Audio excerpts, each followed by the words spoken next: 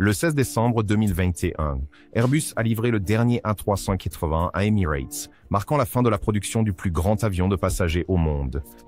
Autrefois célébré pour sa capacité et le confort des passagers, l'A380 avait perdu de sa popularité en raison de ses coûts d'exploitation élevés, de sa compatibilité limitée avec les aéroports et d'un virage vers des voyages point à point plus économes en carburant. Les compagnies aériennes ont retiré leur flotte, Airbus a cessé la production et la pandémie a accéléré sa chute. Mais maintenant, l'A380 fait un retour surprenant. Singapore Airlines a réactivé tous ses 12 A380, investissant 850 millions de dollars en amélioration. British Airways a lancé un programme de modernisation de 8 milliards de dollars. Emirates a engagé 1,5 milliard de dollars pour moderniser 43 A380 et une nouvelle compagnie aérienne, Global Airlines, prévoit de lancer un service entièrement sur A380 depuis Londres en 2025. Pourquoi ce retour soudain ? La forte demande de voyage après la pandémie, les retards du Boeing 777X et le marché de l'aviation en croissance de l'Inde ont rendu l'A380 à nouveau pertinent. Les compagnies aériennes trouvent maintenant plus facile de remplir les sièges de l'A380 et de justifier son exploitation. Airbus n'a pas exclu de redémarrer la production et pourrait offrir un A380 Neo plus efficace, propulsé par les moteurs UltraFan de Rolls-Royce. Le retour des A380 n'était pas attendu, mais sa capacité inégalée et son adéquation renouvelée au marché pourraient assurer sa place dans le ciel plus longtemps que prévu. Pour bien comprendre la résurgence de l'A380, il faut remonter aux années 1990, une époque où le 747 de Boeing dominait le voyage long courrier et où Airbus était encore considéré comme un concurrent sur le marché des gros porteurs. Airbus s'était imposé avec succès grâce à des avions comme l'A300, l'A310 et l'A330. Mais il lui manquait un véritable vaisseau amiral long courrier à haute capacité. Boeing, quant à lui, était devenu synonyme de voyage aérien mondial grâce au succès de son 747, souvent surnommé la Reine du Ciel. Face à cette réalité, Airbus a vu une opportunité. Le fabricant européen croyait que l'avenir des voyages long courrier serait défini par des itinéraires à fort volume entre les grands hubs mondiaux. S'il pouvait construire un avion capable de transporter plus de passagers par vol, cela pourrait révolutionner le voyage et générer d'énormes économies d'échelle pour les compagnies aériennes. Cette vision a donné naissance à ce qui deviendra le projet A380. Le programme A380 est devenu le plus grand et le plus coûteux projet de vol d'Airbus en l'an 2000 lorsqu'il a officiellement commencé. La société a consacré son premier investissement de 25 milliards de dollars au développement d'un avion à 2 étages, propulsé par 4 moteurs, pouvant accueillir soit 853 passagers en économie, soit 550 passagers en configuration typique à 3 classes. L'objectif ? L'avion offre une satisfaction supérieure des passagers avec un coût par siège Meals exceptionnel pour les routes aériennes internationales denses. La 380 a effectué ses premiers vols commerciaux en 2007 lorsque Singapore Airlines a réalisé son vol inaugural. L'avion a été lancé rapidement sur le marché. Tous les voyageurs ont ressenti une profonde admiration pour le grand espace intérieur, ainsi que pour l'environnement paisible et le déplacement sans interruption. L'avion a reçu une forte approbation de l'industrie pour sa capacité à gérer des trajets de plus de 10 heures, comme la route Sydney à Los Angeles, ainsi que Dubaï à New York. La combinaison de bars à bord, de douches et de suites privées a fait de l'avion l'appareil le plus luxueux disponible pour les passagers. Pendant sa période inaugurale, le rêve autour de l'avion a progressivement commencé à montrer des signes de détérioration. Des problèmes techniques lors de la fabrication de l'A380 ont causé des retards importants dans le projet, ainsi que des augmentations coûteuses du budget. La production de l'A380 a rencontré des difficultés parce qu'Airbus a construit ses ailes dans des installations au Royaume-Uni, tandis que les parties du fuselage étaient fabriquées en Allemagne et en France pour l'assemblage final à Toulouse. L'intégration personnalisée du câblage a endommagé les calendriers de livraison, provoquant le retard de plusieurs livraisons initiales de l'A380 de plusieurs mois à plusieurs années. Airbus a rencontré un stress financier important en raison des retards du projet qui ont amené les investisseurs et les organismes de réglementation à suivre de près le développement. Malgré ces défis, Airbus a poursuivi ses efforts. Au cours de la décennie suivante, il a livré plus de 250 A380 à 14 compagnies aériennes différentes. Mais même lorsqu'il est entré en service avec des transporteurs comme Lufthansa, Qantas et Korean Air, l'industrie dans son ensemble a commencé à évoluer, et pas en faveur de l'A380. Malgré le prodige d'ingénierie que représentait l'A380, l'avion a dû faire face à une bataille difficile presque dès son entrée en service. Sa plus grande force et capacité s'est avérée être sa plus grande faiblesse dans une industrie en pleine évolution rapide. L'A380 était conçu pour un modèle d'aviation qui était déjà en train de changer. Airbus avait misé sur le système Hub-à-Hub, où de grands avions transporteraient les passagers entre les principaux hubs internationaux et des avions plus petits s'occuperaient des connexions régionales. Mais les compagnies aériennes et les passagers se détournaient progressivement de ce système au profit de voyages point à point, de liaisons directes sur des avions plus petits et plus efficaces. Ce changement de stratégie a rendu les avions à fuselage large, plus petits comme le Boeing 787 Dreamliner et l'A350 d'Airbus bien plus attractifs. Ces avions pouvaient atteindre presque aussi loin que l'A380, mais utilisaient beaucoup moins de carburant et pouvaient opérer sur une plus grande variété de routes. Pour donner du contexte, bien que l'A380 pouvait transporter plus de 800 passagers dans une configuration entièrement économique, il était rarement configuré de cette manière. La plupart des compagnies aériennes ont opté pour des configurations à 3 classes, limitant la capacité à 500 ou 550.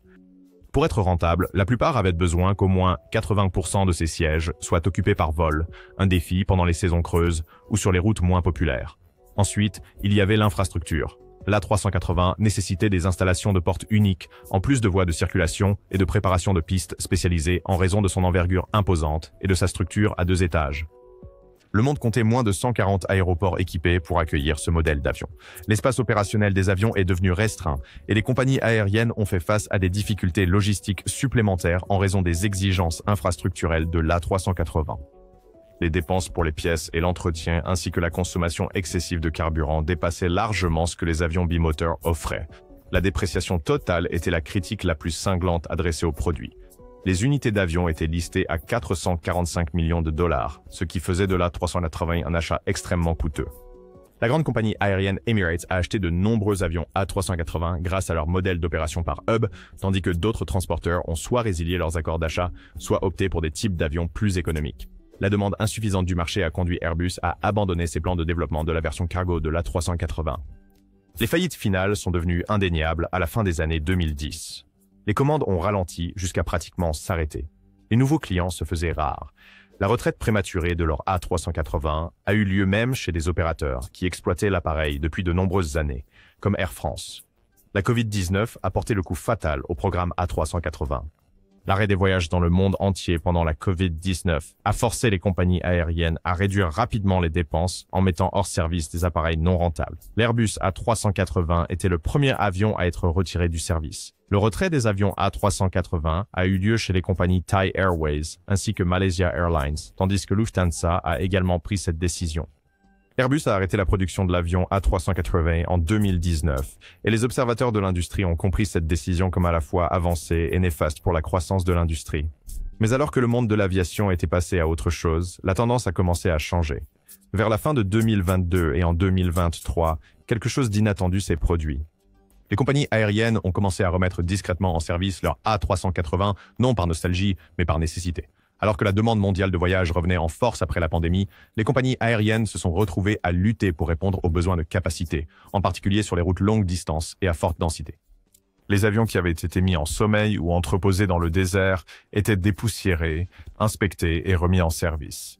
En tête de file se trouvait Singapore Airlines. En décembre 2023, la compagnie avait réussi à réactiver toute sa flotte de 12 A380. Mais ce n'était pas juste un retour en service. C'était une réinvention complète. La compagnie aérienne a investi 850 millions de dollars dans un programme de rénovation visant à améliorer chaque classe de cabine. Des suites redessinées en première classe au siège rafraîchi en économie, l'objectif était clair. Faire de l'A380 un produit premium et compétitif pour l'avenir. La vague de choc massive s'est poursuivie lorsque British Airways a annoncé la même annonce. En octobre 2021, British Airways a lancé un projet de transformation de 8 milliards de dollars à un moment où d'autres compagnies aériennes restaient incertaines quant à l'avion A380. L'investissement améliorera à la fois les designs intérieurs de sa flotte A380 et déploiera des systèmes de divertissement de nouvelle génération avec un service Wi-Fi amélioré dans tout l'appareil, ainsi que des améliorations dans les cabines premium. British Airways a introduit un message clair déclarant que les avions A380 joueraient un rôle central dans leurs opérations long courrier. Emirates représente le plus grand groupe d'enthousiastes de l'A380 parmi les opérateurs commerciaux. Le leader mondial de la flotte d'avions A380 appartient à Emirates, qui maintient un total de plus de 120 avions. Airbus a choisi Emirates comme l'une des dernières compagnies à finaliser un nouvel achat lorsqu'il a annoncé la fermeture de la production de ses avions. L'année 2023 a vu Emirates avancer avec des accords de maintenance d'1,5 milliard de dollars pour maximiser les capacités opérationnelles de leur flotte d'A380. Emirates a progressé avec un plan de rénovation complet en mai 2024 en ajoutant 43 avions A380 à travers lesquels ils ont installé une nouvelle zone de siège en classe économique premium avec des fonctionnalités de cabine modernisées. Le programme à 2 étages pour Emirates affiche une longévité, selon le président Sir Tim Clark, lorsqu'il a déclaré « Nous avons l'intention de maintenir et d'améliorer l'efficacité opérationnelle, ainsi que de maximiser la performance de la flotte et la fiabilité de la flotte à 2 étages bien dans la prochaine décennie. » Global Airlines entre comme un facteur véritablement imprévisible dans l'industrie. Global Airlines, depuis l'aéroport de Londres Gatwick, a marqué l'industrie en annonçant son lancement en 2023 en utilisant une flotte entière d'A380 passagers. Alors que la plupart des startups aériennes agissaient contre l'efficacité énergétique, la startup aérienne Global Airlines a adopté une direction opposée vers les gros avions. La compagnie aérienne a investi dans plusieurs avions A380 d'occasion, tout en prévoyant de lancer des liaisons transatlantiques en 2025 qui relieraient Londres à New York, Los Angeles et Miami. Le pari ? La vision était claire puisque Global Airlines s'attendait à tirer profit des passagers prêts à payer pour le luxe tout en payant moins pour les coûts liés à l'A380 grâce aux conditions de location et d'acquisition. La démarche démontre une pensée courageuse ainsi que des méthodes non conventionnelles tout en captivant l'attention de tous les observateurs. Des révisions limitées de la flotte des avions A380 ont récemment été observées par les compagnies aériennes Qantas ainsi que Qatar Airways, Etihad et Lufthansa. Les réincarnations de la flotte des A380 des compagnies aériennes dépassent actuellement les prévisions de l'industrie qui ont émergé au cours de l'année 2020. Le retour des A380 ne concerne pas seulement la nostalgie, c'est une question de nécessité. L'industrie de l'aviation a changé de façon drastique au cours des dernières années, et les conditions qui faisaient autrefois de l'A380 une exception lui donnent maintenant une nouvelle pertinence. Au cœur de cette transformation se trouve une vérité indéniable. Le voyage aérien mondial est de nouveau en plein essor. En 2024, la capacité de transport aérien international n'a pas seulement récupéré de la pandémie de Covid-19, elle a dépassé les niveaux d'avant la pandémie. Selon l'IATA, l'Association du transport aérien international, les kilomètres assis disponibles ont atteint 103% des niveaux de 2019 en mars 2024 et ont grimpé à 105% en juin. Plus révélateur, la demande des passagers a augmenté de 12,3% d'une année sur l'autre rien qu'en juin. Ce rebond a pris de nombreuses compagnies aériennes au dépourvu. Les mises à la retraite d'avions pendant la pandémie, les problèmes de chaîne d'approvisionnement et les retards de production ont laissé les flottes sous-équipées pour répondre à la demande renouvelée, surtout sur les liaisons à haute densité et long courrier. L'Airbus A380 est donc exactement à sa place. Dans des situations de faible demande, l'A380 est inefficace, mais dans des situations de forte demande où un complément complet de passagers est servi, l'A380 prend vie. Lorsqu'il est plein, il peut transporter un grand nombre de passagers très efficacement. Trajets vers le Moyen-Orient, de Londres à Dubaï, de Sydney à Los Angeles, de Francfort à New York, tous ont enregistré du trafic. Et maintenant, soudainement, l'économie de faire voler un A380 complet commence à redevenir sensée. Mais ces sièges sont remplis non seulement à pleine capacité, mais dans certains cas, avec de longues listes d'attente pour les cabines premium. Le retard du Boeing 777X provoque une autre force derrière le retour de l'A380. Connu sous le nom de 777X, l'équivalent du A320 de la réponse de Boeing au vol long courrier à haute capacité, le 777X devait initialement arriver en circulation en 2020. Mais des problèmes de certification, des pénuries d'approvisionnement et des problèmes internes ont retardé leur arrivée. Maintenant, l'entrée en service est estimée à 2026. Ce retard laisse un grand vide pour ces compagnies aériennes, notamment les grands transporteurs comme Emirates, qui comptaient sur le 777X pour remplacer les avions plus anciens et ajouter de la capacité.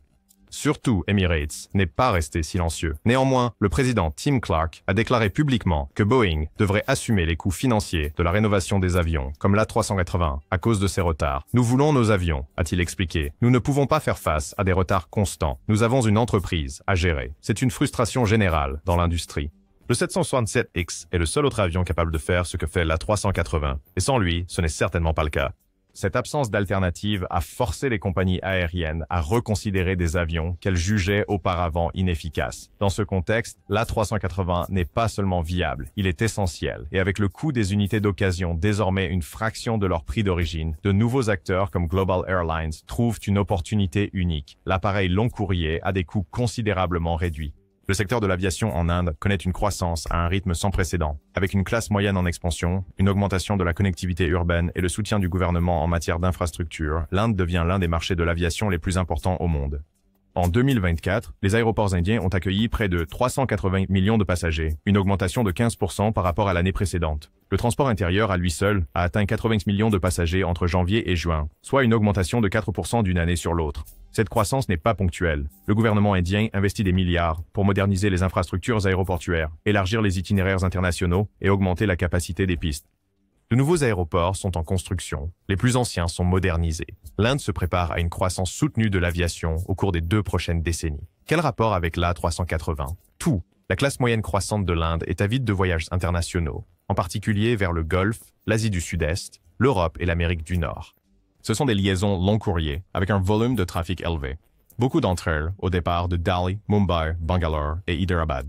Ces itinéraires conviennent à l'A380 car il est spécialement conçu. Étant donné le nombre d'aéroports modernisés pour accueillir de gros avions et en l'absence de toute indication que la demande est sur le point de diminuer, l'A380 pourrait devenir un élément important de la stratégie d'aviation extérieure de l'Inde. Air India, déjà sous les nouveaux propriétaires du groupe Tata, réfléchit à la manière de développer son exploitation de gros porteurs. Il n'y a pas eu de nouvelles commandes pour l'A380, mais la dynamique du marché est bien comprise. L'Inde a besoin de plus de capacités pour les longs courriers et l'A380 pourrait les fournir rapidement avec des modèles d'occasion rénovés. À mesure que les coûts liés à la location et à l'acquisition d'A380 continuent de diminuer, l'économie commence à devenir avantageuse pour les compagnies aériennes cherchant à se développer rapidement sans attendre les livraisons d'A380 en retard de Boeing ou Airbus. L'A380 n'est peut-être plus un fardeau indésirable pour l'Inde ou d'autres marchés émergents de l'aviation. Cela pourrait être simplement une opportunité. Le retour de l'A380 soulève une question bien plus vaste. Que nous dit-il sur l'avenir de l'aviation? Pendant des années, la tendance était claire. Plus petit, plus léger et plus efficace. Les compagnies aériennes réduisaient la taille des avions, diminuaient le nombre de sièges et se concentraient sur la fréquence plutôt que sur le volume. Les gros porteurs bimoteurs comme l'A350 et le 787 sont devenus la norme.